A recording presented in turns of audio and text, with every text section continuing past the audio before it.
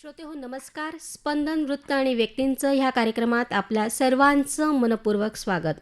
श्रोतेहो, आपण जाणतो स्पंदन या कार्यक्रमाच्या माध्यमातून विविध क्षेत्रात कार्यरत असलेल्या सेवाव्रतींना आपण आमंत्रित करून त्यांच्या कार्याचा, त्यांचा जीवन प्रवास जाणून घेण्याचा प्रयत्न करत असतो संवादाच्या माध्यमातून. आज आपल्या स्टुडिओमध्ये आपण आमंत्रित केलेलं आहे सामाजिक सलोखा गौसेवाव्रती, पर्यावरण संवर्धन क्षेत्रात दीर्घकाळ सातत्याने कार्यरत असलेले ॲडव्होकेट विजय काबरा यांना. काबराजी यांना नुकताच स्वर्णिम बुक ऑफ रेकॉर्ड्सतर्फे सर्टिफिकेट ऑफ एक्सलन्स हा पुरस्कार देखील प्रदान करण्यात आला आहे. चला तर जाणून घेऊया त्यांच्या एकूणच सामाजिक कार्याविषयी. काबराजी नमस्कार, स्वागत आहे आपल्या स्टुडिओमध्ये. नमस्कार. काबराजी, सामूहिक गौसेवा एक अनुष्ठान या अभियानाद्वारे विविध धर्म, समाज घटक, व्यावसायिक आणि सामाजिक संस्थांना एकत्र आणून आपण गौसेवेचं कार्य हाती घेतलेलं आहे. या कार्याबद्दल काय सांगाल? आपल्याला ह्या कार्याची प्रेरणा कशी मिळाली की आपण गौसेवा व्रत घ्यावं? एकदम बरोबर. जय गोमाता. मी असं म्हणेल की 2009मध्ये विश्वाची सगळ्यात मोठी जी गोशाळा आहे पतमेढा येथील, राजस्थान येथील, त्या गोशाळेचे संचालक श्री दत्त शरणानंदजी महाराज, संपूर्ण हिंदुस्थानामध्ये गौकथा सांगणारे गोपालमणीजी महाराज आणि माझे माता सौ कौसल्याबाई काबरा, पिता श्री सूरजमलजी काबरा शेंदोणी यांच्या आशीर्वादाने मी आणि माझ्यासह काही 5-25 लोक आम्ही गोसेवा करायचो. पण माझ्या लक्षात आलं की आपण 5-25 लोकांना घेऊन गोसेवा करण्यापेक्षा समाजातील सर्व घटकांना घेऊन जर आपण गोसेवा केली तर काय होईल आणि सामाजिक बांधिलकी जोपासली जाईल. म्हणून मी हिंदू, मुस्लिम, शीख, इसाई, पारशी, बोहरा सर्व जाती धर्माच्या लोकांना, त्यातल्या त्यात मुस्लिम समाजाच्या बांधवांना मोहरम किंवा रमजानचा पर्व असेल त्या पर्वावर ईदगाह मैदानावर जाऊन त्यांना विनंती करून गोसेवेसाठी त्यांना आमंत्रित करून आम्ही गोसेवा केलेली आहे आणि ते आज अविरत सुरू आहे. तसंच बोहरा समाजाचे लोक असतील त्यांनी देखील आधी पांजरापोळ येथील गोशाळेत येऊन गोसेवा केली आणि नंतर रोजा सोडला, तेही नित्य सुरू आहे. त्यानंतर आपल्या ह्या सगळ्या कडीमध्ये शीख समाज जो आहे त्यांना आपण इथे जळगावमध्ये जे शीखांचं गुरुद्वारा आहे तिथे जाऊन त्यांना विनंती केली, ते आले आणि गुरु नानक देवजींच्या जयंतीच्या दिवशी ते गोसेवा करतात. हे सगळं करत असताना आपली कडी आणि आपलं सर्कल जेव्हा पूर्ण होईल की ज्या दिवशी इसाई म्हणजे ज्याला आपण ख्रिश्चन समाज म्हणतो, तर जळगाव शहरात 3 चर्च आहेत. त्या 3 चर्चच्या फादरला मी भेटून त्यांना विनंती करून त्यांना आपण गोसेवेसाठी वळवलं आणि त्यांना सांगितल्यानंतर त्यांना अशी प्रेरणा झाली आणि त्यांनी गोशाळेमध्ये अनुयासह येऊन गोसेवा केली. हे हिंदुस्थानातमध्ये फक्त जळगावला त्या जगतजननी जगदंबा गोमातेच्या कृपेने हे झालेलं आहे असं मी म्हणेल. आणि म्हणून असं करत असताना सामाजिक गोसेवा एक अनुष्ठान या पर्वाची आणि या तत्वाची सुरुवात 2009मध्ये झाली असं मी म्हणेल. गायी ज्या असतात त्या बेवारस किंवा रस्त्याने भटकत असतात, काही गायी भाकड असतात आणि काहींचे मालक असतात. अशा वेळेस हे गौसेवा व्रत घेताना आपण कोणत्या कोणत्या गोष्टी पाळतात? गोसेवा व्रत घेतल्यानंतर मी असं म्हणेल की आपण गोसेवा ही आणि कामधेनू माता, ज्याला आपण धर्मशास्त्र पुराणामध्ये किंवा इतर धर्मांच्या पुराणामध्ये देखील असं म्हटलेलं आहे की गोमाता म्हणजे कुठली, की जी दूध देते आणि दूध देताना ती कुठल्या धर्माच्या लोक तिचं दूध घेत आहे ही बघत नाहीत. तर अशी ही मातेच्या स्वरूपात जिला आपण बघतो, लक्ष्मी मातेच्या स्वरूपात जिला बघतो ती गोमाता. आणि म्हणून त्या देशी गोमातेच्या संवर्धनासाठी आपण आधी प्रयत्न करत आहोत. देशी गोमातांचं संवर्धन आणि जतन हे जर केलं तर या विश्वामधील जी आता आपण सगळ्या प्रकारचे आजार बघतो आहे त्याला कारणच ही दुसऱ्या ज्या उष्टन प्रजातीच्या ज्या गायी आहेत. मी असं म्हणतो आणि माझी अशी मान्यता आहे की उष्टन प्रजातीच्या गायी ह्या गोमातेच्या संज्ञेत बसत नाही आणि म्हणून त्यासाठी आपण ती शेतकरी बांधवांना, समाजातील सर्व घटकांना, प्रबुद्ध लोकांना आणि सर्व प्रकारच्या शिक्षित अशिक्षित सगळ्या प्रकारच्या लोकांना सांगून त्यांना गोमाता ही जी देशी गोमाता आहे आपल्या सर्व शेतकरी बांधवांकडे ती राहायची, ती गोमाता जिला खांदा आहे, तिला शेपटी आहे, तिच्या सगळ्या वर्णनासाठी पुराणामध्ये वर्णन आहे. अशा या गोमातेची सेवा करण्यासाठी त्यातल्या त्यात ज्या भाकड गायी असतील तर भाकड गायी कुठली गोमाता ही दूध दिल्यानंतर अनुत्पादक या संज्ञेत बसते आणि म्हणून शेतकरी लोक त्यांना ती परवडत नाही म्हणून ते सोडून देतात. या गायींना भाकड आपण म्हणतो. पण मी केंद्र शासनाला आणि देखील पत्र लिहून आणि महाराष्ट्राचे मुख्यमंत्री देवेंद्रजी फडणवीस यांना देखील विनंती करून असं सांगितलं आहे की प्रत्येक शेतकऱ्याला गोमातेचं जतन आणि संवर्धन हे बंधनकारक करा आणि त्यांच्या 7-12च्या शेतीच्या उतार्यावर एक गोमाता जर ठेवली तर त्यांना सगळ्या प्रकारचे अनुदान मिळतील आणि गोमातेच्या संवर्धनासाठी प्रत्येक गोमातेच्या पुढे पोटी त्यांना 20,000 रुपये वार्षिक जर दिले तर आपल्या देशात गोमातेचं जतन संवर्धन होईल आणि भाकड गायींचा जो प्रश्न आहे तो देखील मिटेल आणि शेतकरी भाकड गायी देखील आपल्याजवळ ठेवतील आणि त्याचं संवर्धन करतील. बऱ्याच वेळेला पशुधनामधला महत्त्वाचा घटक हा म्हणजे गाय आणि गायीपासनं तिचं मिळणारं शेण असेल किंवा गोमूत्र मी असेल सांगतो. हा देखील खूप एक मोठा लघुउद्योगाचा भाग सुद्धा बनलेला आहे. ह्याबाबत आपलं काय मत आहे? माझं असं म्हणणं आहे की गोमातेच्या कडून जे मिळणारे जे पंचगव्य आहे ज्याच्यामध्ये आपण शेण, गोमूत्र, गाईचं दूध, गाईचं तूप आणि हे जे सगळे गाईचं हे जे पंचगव्य ज्याला आपण म्हणतो, या पंचगव्याचा वापर एक गाईचं जे शेण आहे ते नैसर्गिक शेतीसाठी आवश्यक आहे. जर नैसर्गिक शेती आपण केली तर आपल्या विश्वातील सगळे आजार जे आहेत ते नाहीसे होतील आणि सगळ्यांना निरोगी असं आरोग्य जगायला मिळेल. दुसरी गोष्ट, गाईचं जे गोमूत्र आहे, गाईचं गोमूत्र आहे अनेक दुर्धर आजारांवर एक औषध म्हणून ते घेतात. आता मी देखील माझ्या पांजरापोळ गोशाळेत गेलो की माझ्या काही गोमाता आहेत की त्यांना फक्त मी पाठीवर हात मारला आणि त्यांना आवाज दिला की गंगा माता, तर ती मला गोमूत्र देते आणि मी प्राशन करतो, जितकी ताकद असेल तितकं प्या. तर त्याच्यामुळे तुम्ही निरोगी राहता, तुमच्यापासून आजार हे बळावतात, तुमच्याकडे आजार येत नाही. आणि म्हणून ज्याला आपण म्हणतो की दूध, तूप आणि गाईचं शेण, गाईचं गोमूत्र हे सगळ्या प्रकारे या मानव जातीला, या मानव संस्कृतीला हे संवर्धनासाठी आणि निरोगी आरोग्यासाठी ते आवश्यक आहे आणि त्याची ही सगळी भरपाई गोमाता आपल्याला कळते, थोडं घेते आणि जास्तचं ती देते. म्हणून माझं सगळ्या शेतकरी बांधवांना आपल्या माध्यमातून आव्हान आहे की ते प्रत्येकाने नैसर्गिक शेती करावी आणि नैसर्गिक शेती करण्यासाठी गोमातेचं जतन आणि संवर्धन करावं. आपण पर्यावरण क्षेत्रात देखील कार्यरत आहात. गौसेवेशी संबंधितच पर्यावरण देखील आहे. जैवविविधतेचा देखील ह्याच्यामध्ये एक भाग आहे. पर्यावरण क्षेत्रातलं आपलं कार्य कसं आहे? 1994 साली मी पृथ्वी बचाव संस्था या राज्यस्तरीय नोंदणीकृत संस्था ही स्थापन केली. महाराष्ट्रातील अनेक लोकांना घेऊन आम्ही ती पृथ्वी बचाव संस्था स्थापन केली. पण स्थापन करत असताना लोकांसाठी लोकांकरता चालवलेली चळवळ, अशा पद्धतीने आपण ती चळवळ उभी केलेली आहे. ती चळवळ उभी करताना आपण प्रथमतः पहिल्याच दिवशी आपण अशी शपथ घेतली की शासनाकडून आज पावेतो 1994 ते आज 2026 एक पायी दिडकी न घेता लोकांच्या मदतीतून, लोकांच्या सहकार्याने चालवलेली चळवळ आपण उभी केली.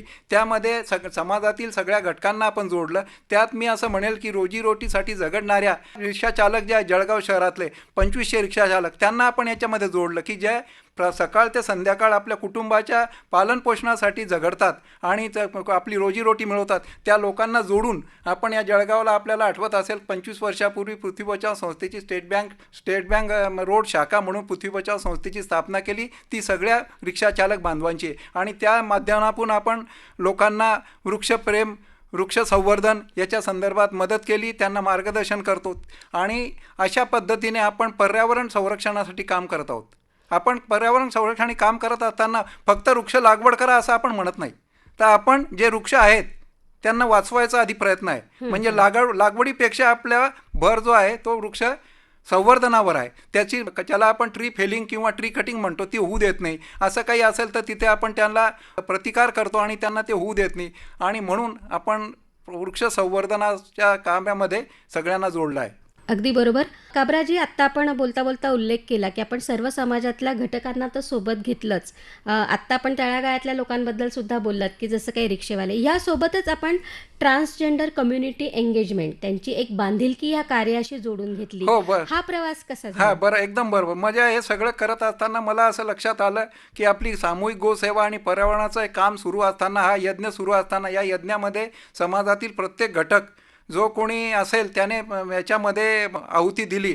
त्यात मी प्रामुख्याने ताई एकच असं म्हणेल की यामध्ये वकील असतील, डॉक्टर असतील, चार्टर्ड अकाउंटंट असतील की जे पांढरपेशे ज्याला आपण म्हणतो की जे आणि त्यानंतर हायकोर्टातले जस्टिस असतील, जिल्हा न्यायालयातील न्यायमूर्ती न्यायाधीश असतील आणि अशा सगळ्या प्रकारच्या लोकांना, जिल्हाधिकारी आपल्याला असतील आणि अशा सगळ्या शासकीय, निमशासकीय, न्यायालयीन सर्व लोकांना आपण याच्यामध्ये जोडलं. मी प्रामुख्याने असं म्हणेल की मागच्या वर्षी जळगाव शहरातली 460 मेडिकल प्रॅक्टिशनर एका ठिकाणीहून त्यांनी गोसेवा केली आणि आता कायम करत आहेत. बरं. तसंच WIRC म्हणून एक चार्टर्ड अकाउंटंट संस्थेची जी CA WIRC म्हणून संस्था आहे मुंबईला, 4 राज्यांची ती संस्था आहे. त्या WIRCच्या सगळ्या पदाधिकाऱ्यांनी जळगावातल्या 150 चार्टर्ड अकाउंटंटसोबत आपल्या इथे गोसेवा केली. ते कधीही काही असलं की जळगावला येतात, गोसेवा करतात.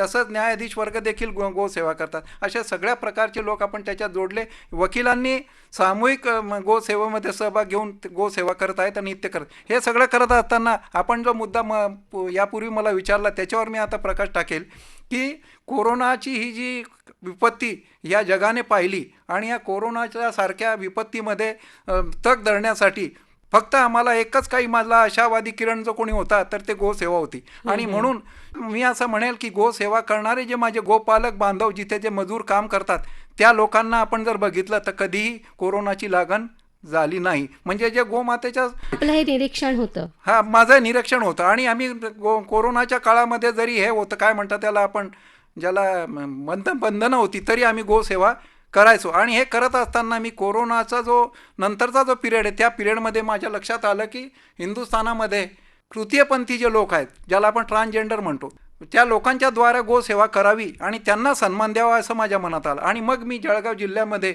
बऱ्याच गेली 40 वर्ष काम करत असल्यामुळे 1978 पासून सामाजिक काम करतोय. त्या करत असताना मला त्या लोकांचाच मला त्यांना शोधण्याचं काम मी सुरू केलं.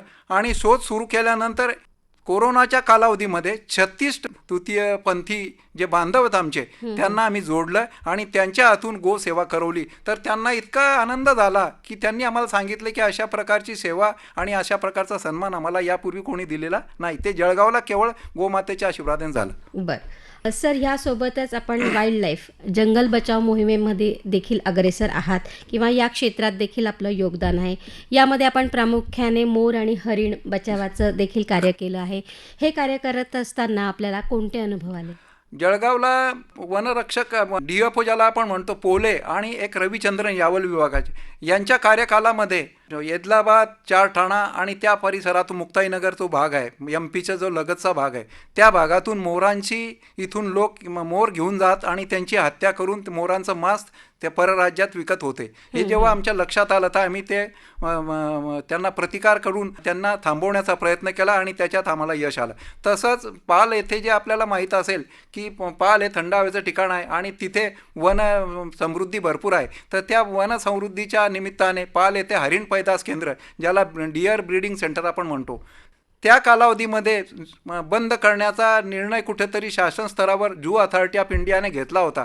पण त्याला देखील आपण विरोध केला संस्थेच्या माध्यमातून. तिथे लोक चळवळ उभी केली आणि त्या हरिण पैदास केंद्रामधील 29 काळवीट किंवा हरणाच्या ज्या काही प्रजाती असतील त्यांना सोडून देणार होते. तर ते केंद्र बंद करू नये आणि त्यांना सोडू नये, त्यांचं जतन संवर्धन करावे आणि पुढच्या पिढीसाठी ते आपल्या सगळ्यांसाठी तो एक माध्यम ते असू द्यावं. लोकांना फक्त चित्रात न पाहता आपल्याला प्रत्यक्षात ते दिसलं पाहिजे आणि म्हणून त्याला देखील जगदंबेने यश दिलं आणि ते हरिण पैदास केंद्र आपण वाचवलं. आणि असंच हे करत असताना कासव असतील किंवा इतर ज्या प्रजाती असतील की जे आता आपण बघतात की काही दिवसांमध्ये लोक कासव देखील विकतात. आणखी इतर ज्या काही गोष्टी असतात जे जंगलात जे आढळतात त्या गोष्टी ते विकतात. तर त्याला देखील आपण जसं जसं माहीत पडलं त्यांना देखील प्रतिकार करून त्या वन खात्याच्या माध्यमातून आपण ते थांबवलं आणि आपल्याला ते यश येतं आहे.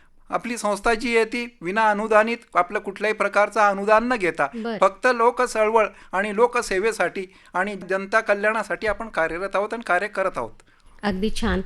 सर, यासोबतच आपण दलित एकता आंदोलन ह्याचा देखील आपल्या परिचयात उल्लेख आढळला. ह्या दलित एकता आंदोलनाबद्दल काय सांगाल? आम्ही या सार्वजनिक आणि सामाजिक क्षेत्रात काम करत असताना जात पात पंथ हे आम्ही कुठे मानलं नाही आणि म्हणून पीडित दलित शोषित काही लोक असतील त्या सगळ्या लोकांना सोबत घेऊन आणि त्या लोकांना एक करण्याचं काम त्या आंदोलनाच्या माध्यमातून ज्यावेळी केलं जात होतं त्यावेळीच आम्ही केलं आणि त्या कार्यासाठी देखील आमची सहभाग नोंदवला आणि कुठेतरी सर्व जाती धर्माच्या समाजाच्या लोकांना एकत्र आणून सर्व बंधुत्व आणि काय ज्याला आपण म्हणतो की सर्व धर्म समभाव हा पण जोपासला आणि ती त्या एका चांगल्या कामासाठी आपण जोडल्या गेलो याचा आनंद निश्चितच झाला. निश्चितच. सर, यासोबतच आपण अनेक पदं भूषवित असताना रेड क्रॉस सोसायटीशी देखील आपण जोडलेले आहात आणि विक्रमी रक्तदाता म्हणून आपला सन्मान देखील झालेला आहे. जी जी. काय सांगाल? मी Indian Red Cross Society Jalgaon शाखा या माध्यमातून आमचे पूर्वीचे जे काही जुने मंडळी होती त्या 35-30 वर्षापूर्वी, तेव्हा त्यांच्यासोबत डॉक्टर महासरोदे असतील किंवा आणखी इतर लोक, शांतीलाल भाऊ रायसोनी स्वातंत्र्य सैनिक असतील, आमचे जमनादासजी काबरा असतील, त्यांच्यासोबत काम करून त्या रक्तदानाच्या चळवळीत आम्ही जोडल्या गेलं. आणि मी स्वतः हे करत असताना आधी केले मग सांगितले आणि मी विक्रमी असं रक्तदान केलेलं असल्यामुळे मला अन्न व औषध प्रशासनाच्या आयुक्तांच्या मार्फत विक्रमी रक्तदाता म्हणून देखील बहुमान करण्यात आला होता.